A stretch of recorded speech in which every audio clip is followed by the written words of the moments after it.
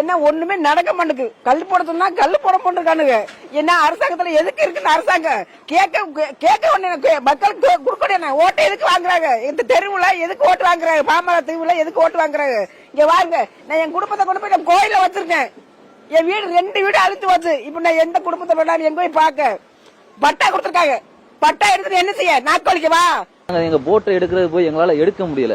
இந்த பலகர் எல்லாமே கரையை வந்து அடைஞ்சு போய் கிடக்கு. என்ன செய்யறதுன்னு தெரியல. அதிகாரிகளை கொண்டு போய் சேர்த்து யாராவது ஒரு ஆளாவது கொண்டு வந்து வந்து பாக்கணும், ஏதாவது செய்யணும். அவங்களுக்கு வீடு எக்கச்சக்கமான வீடு. கொஞ்சம் உள்ளூருக்குள்ள போய் பாத்தீங்கன்னா அவ்வளவு வீடு பாதிப்பாகி கிடக்கணும். உங்களே கஷ்டப்பட்டு தான் வந்திருக்கோம். இதை பார்க்க யாரு யாரு வர்றது? கவர்மெண்ட் அதிகாரி உள்ள வீட்டுல உட்காந்துருக்காங்க. அவங்க மாலையெல்லாம் வெறிச்சதுக்கு அப்புறம் வருவாங்க. இந்த கோயில உடஞ்சதுக்கு அப்புறம் வந்து பார்த்துட்டு எனக்கு அந்தாண்ட போயிருவாங்க. அவ்வளவுதான். 3 நாளா எங்க ஊர்ல சரியான மழை. டவுன்ஷிப்ல இருந்து வந்து பார்வையிடுங்க. பார்த்துட்டு மக்களுக்கு மக்கள் இப்படி தண்ணிக்குள்ள மிளக்குறமே என்ன ஏதுன்னு வந்து கேட்க மாட்டீங்க. கேளுங்க வந்து.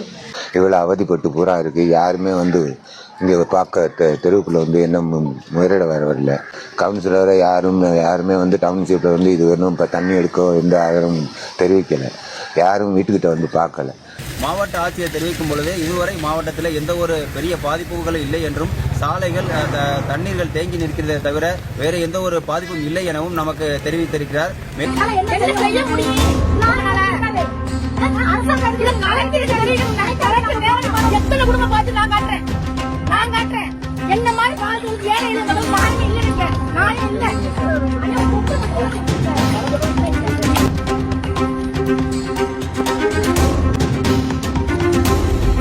ராமேஸ்வரத்தில் பெய்த கனமழையின் காரணமாக அந்த பள்ளி வளாகத்தை சுற்றி மழைநீர் தேங்கி இருக்கு.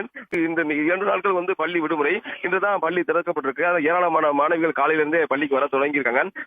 பள்ளி வளாகத்தை சுற்றி ஏராளமான மழைநீர் தேங்கி இருப்பதன் காரணமாக மாணவிகள் ஒரு அச்சத்தை ஏற்படுத்தியிருக்கு.